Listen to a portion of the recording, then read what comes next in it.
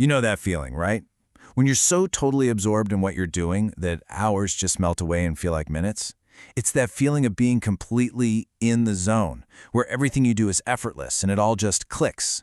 It's a state we're all chasing, whether we're an athlete, an artist, or, just trying to get a project. But here's the big question. How do we actually get there on command? Is it just some random stroke of luck, or is there a way to actually unlock this state of peak performance whenever we really need it? Well, let's dive into that. So we're going to look at two very different paths that both promise to lead us to that exact state. On one hand, we've got an answer rooted in decades of psychological research. On the other, we have a method that comes from the mind of one of history's most brilliant and kind of eccentric inventors. And believe me, the connection between them is pretty fascinating. Okay, first up, let's look at the science. We're talking about a concept that you might have heard of called the flow state, and it's been studied for years as, like, the key to optimal human experience. The godfather of flow psychology, Mihaly Csikszentmihalyi, and I hope I'm saying that right, he described it perfectly. It's this beautiful, seamless experience where your ego just disappears.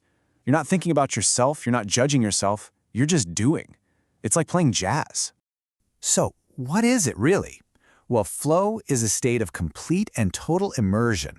You're not just concentrating, you're so deeply locked in that the activity itself becomes the reward, and all those outside distractions, they just completely fade away.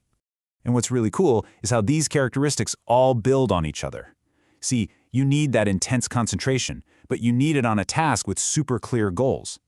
This creates a little feedback loop that gives you a sense of control, which in turn helps you lose that nagging inner critic voice. And before you know it, you look up and realize, whoa, hours have just flown by. Now, it's really important to draw a line between flow and something called hyperfocus. They might seem similar, but flow is this balanced, positive state you can get into with a lot of different activities. Hyperfocus, on the other hand, can be this all-consuming fixation that makes you lose track of everything else, sometimes in a way that's not so good for you. So the best part is, you can actually create the conditions for flow. It's not totally random. You have to set a very specific goal. Turn off your phone, seriously. And then you've got to find that sweet spot, right? Where the task is challenging enough to keep you hooked, but not so crazy hard that you just get frustrated. You want to stretch your skills, not snap them. Okay, let's pivot to our second path. This one takes us from the psychology lab to the mind of the legendary inventor Nikola Tesla.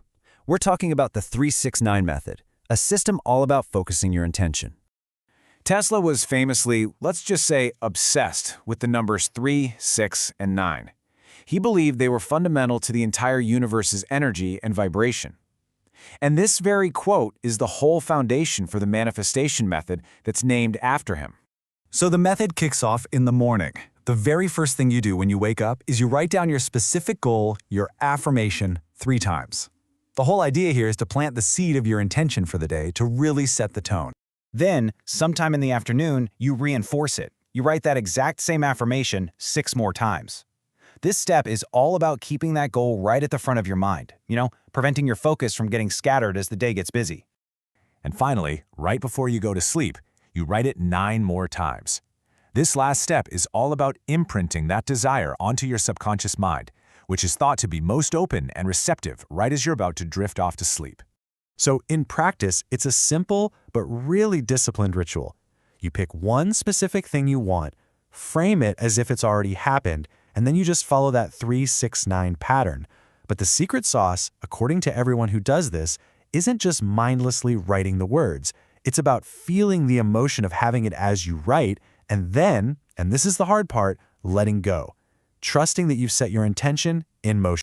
Now I know what you might be thinking. A psychological state from a science lab and a manifestation ritual from Nikola Tesla, they seem like they're from different planets, right?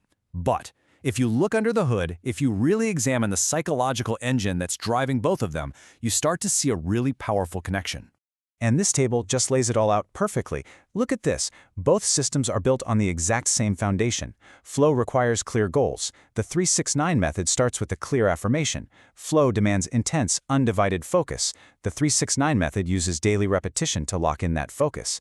In flow, you need confidence and motivation. In the 3-6-9 method, you're told to feel it as if it's real to program that belief. See, they're both powerful systems for directing your attention. So what does all this mean for you? It means you have 2 powerful models for harnessing the single most important tool you've got, your attention. Let's break it down. The flow state. That's your tool for deep work, for mastering complex skills. The 369 method, that's your tool for clarifying a huge goal and keeping your beliefs strong over time. But underneath it all, they both teach the exact same lesson. Your ability to control and direct your focus is the ultimate power you have to perform better and shape your reality. So whether you come at this through the hard science of psychology or a more spiritual, structured practice, the outcome is the same: peak performance that is born from an unwavering focus. The only question left is, how are you going to choose to apply it?